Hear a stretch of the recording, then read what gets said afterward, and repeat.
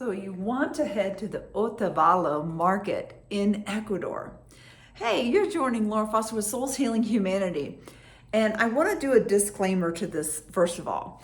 I was just at the Otavalo market a couple of days ago. So this is not going to be a video that's going to show you around the market and the foods that people eat and the stuff that you're going to be able to buy. I don't have those kind of tech skills, but I did want to put together an incredibly informative video, probably the best video you're going to watch on the insider tips about how to get to Otavalo, and I can't say it properly. Some safety tips. Also going to give you the ins and outs of, there's actually 2 markets there if you didn't know that. Also, a little bonus about the best deals on chocolate in town, a vegan restaurant, and if you stay all the way to the end, I'm going to give you some really quick and easy tips on how you can tell if it's really 100% alpaca wool that you're actually getting at the market, or if it's a blend, or if it's just a knockoff. So stay tuned. Let's get right to it. So first of all, I want to address the safety issue, because I know there are a lot of people that, you've been watching the news about Ecuador and you're all up in the hoo-jazzy and nervous and whatever. And if you're that nervous, I recommend you stay home because you're not going to be safe anywhere. But I do want to say I have been living in Ecuador for over a month in Quito, Ecuador, and it is incredibly safe. And so is your trip going to be to Otavalo Market. Incredibly safe, not a bit of weird feelings or anything like that. So let's just get that right off of the table. The other thing is how to get there. So from Quito, I actually took local bus transportation to get to the most northern bus station. I cannot say the name of the bus station. I will put it in the actual details of the video so you will know which bus station to go to, but it's the main one to the north. And it's the biggest bus station I've ever seen. There's probably, 40 buses there. Now, when you get there, it can be a little overwhelming.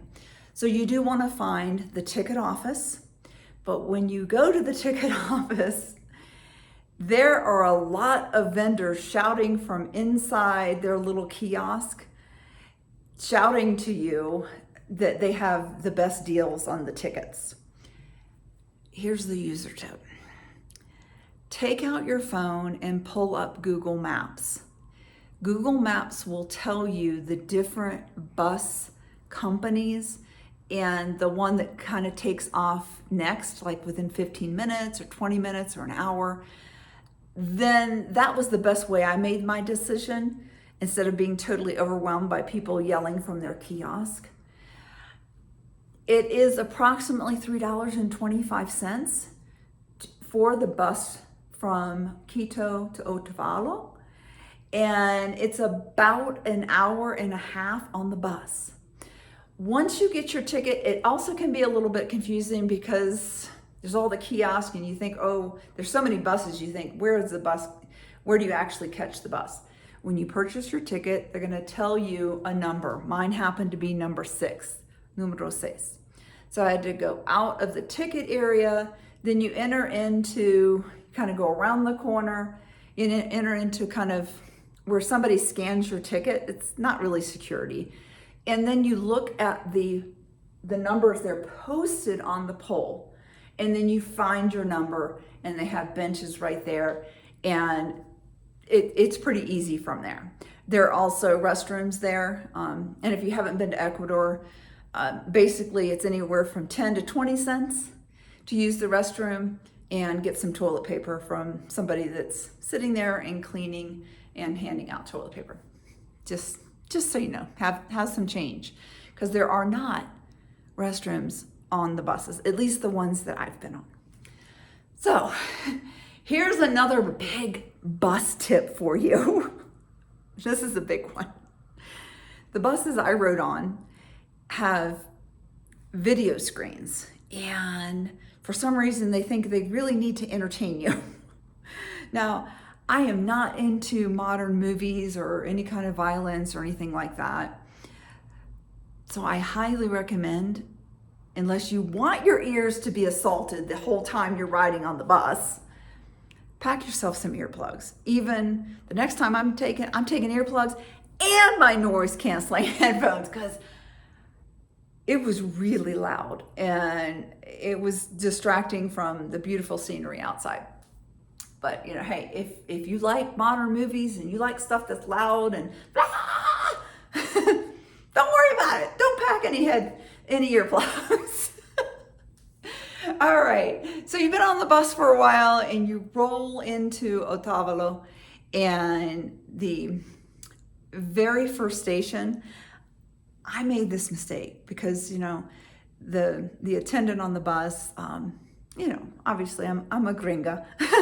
So, and he knew I was going to Otavalo. So when we got to the first bus station in Otavalo and it stopped, he kind of motioned me to get off the bus. And I did. Here's a user tip for you. Do not get off at the first bus stop that rolls into Otavalo, because you're going to be a few miles out from where you want to go. So I ended up grabbing a taxi because I wanted to go to what I thought was the open air market. Now here's another user tip for you. There's actually two markets in Otavalo.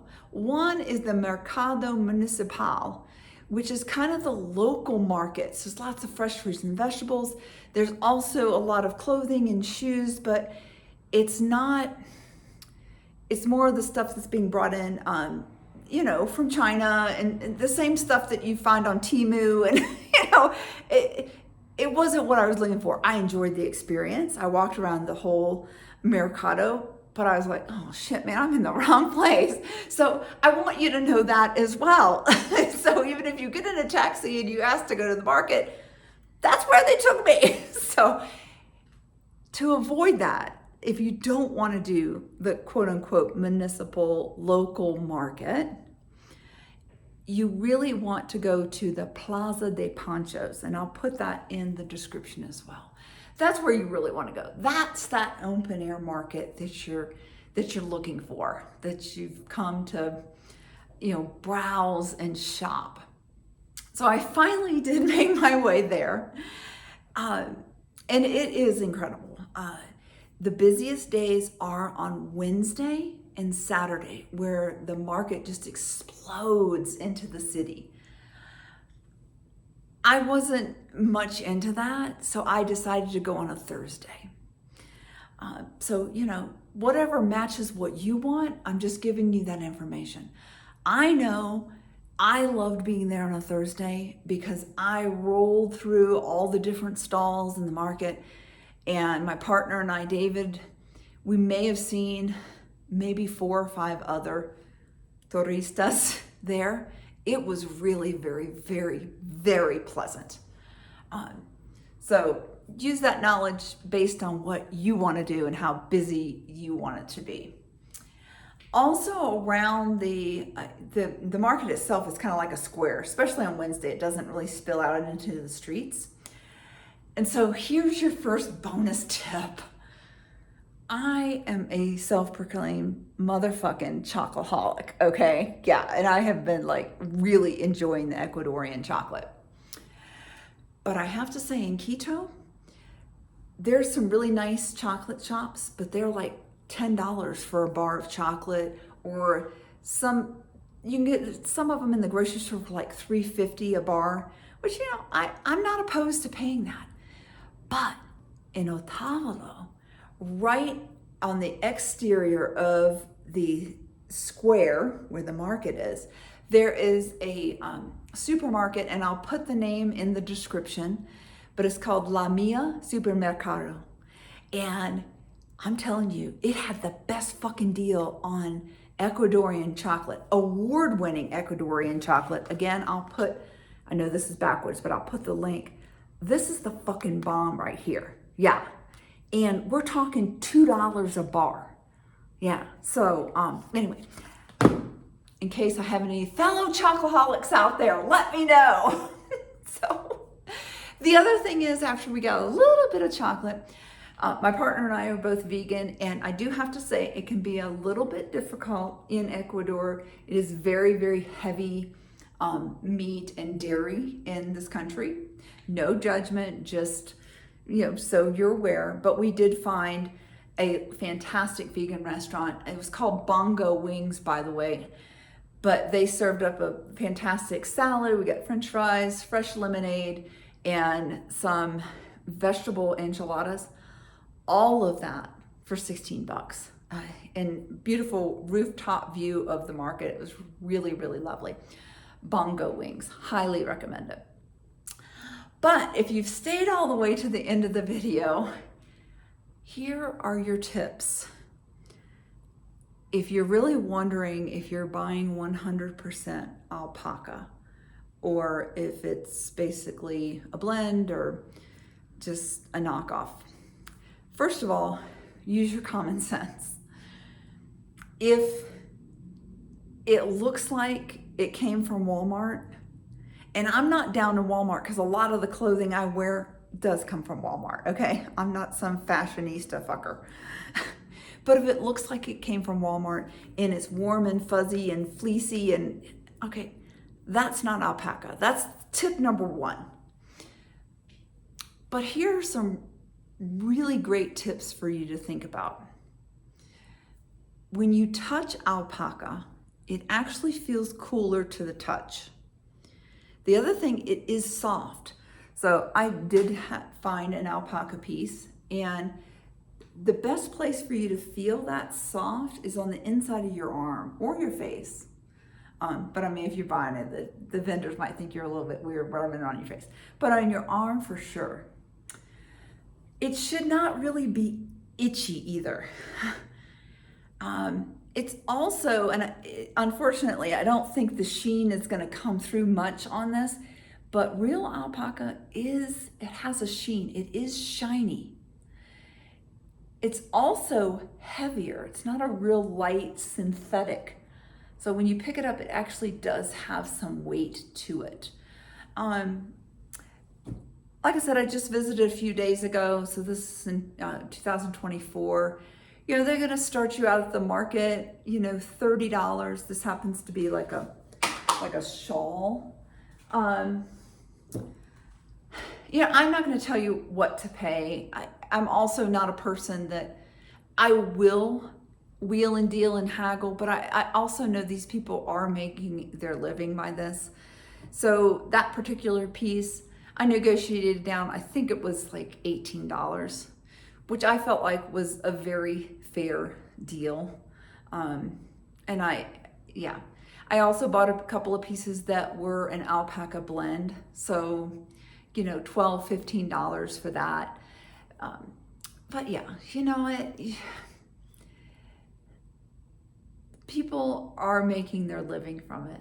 They do expect you to haggle, but I would never feel good like cheating somebody out of a deal. I don't know. You do you. I hope you found this video helpful. Yes, it is unlike other travel videos. I encourage you, yes, absolutely go out and watch the ones that actually take you to the market and show you around, and yeah, because it's fantastic. But let me know if this different kind of video was helpful to you. And check out the other content on my channel. I am actually the founder of Souls Healing Humanity. I love all you people. Until next time, this is Laura Foster.